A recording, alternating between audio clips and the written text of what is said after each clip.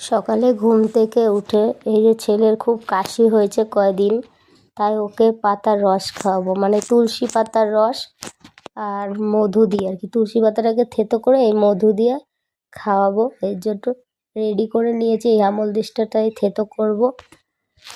আর এখানে তুলসী পাতা, এই যে ছেঁকনি, এই কাপ, এগুলো গুছিয়ে দিয়েছি। তারপরে ওর খাওয়ানো হয়ে গেছে। এই যে স্নান করে এসে মন্দির ধুয়ে নিলাম, রেডি করে নিয়েছি মন্দির ধুয়ে। এবারে ঠাকুর বাসন টাসন মাজা হয়ে গেছে, এবারে পুজো দেব, তাই রেডি করে নিয়েছি। এই দেখো এক সাজি সাদা ফুল, শিউলি ফুল, এগুলো সব আমার গাছেরই। আর জবা ফুলগুলো গাছের, গাঁদা ফুলগুলো কেনা। এখানে হলুদ লাল গাঁদা আছে।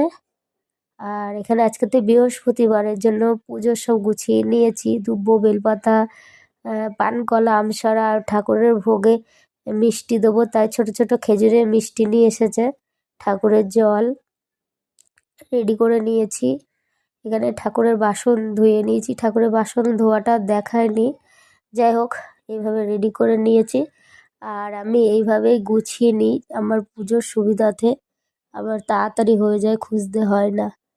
কি ভাল লাগে তাই না, নিজের গাছের ফুল। আর এই দেখো পুজো দেওয়া হয়ে গেছে, ঠাকুরের বাসন তুলে নিয়েছি, মানে ঠাকুরের প্রসাদ তুলে নিয়েছি। তাই তোমাদের দেখাতে পারিনি।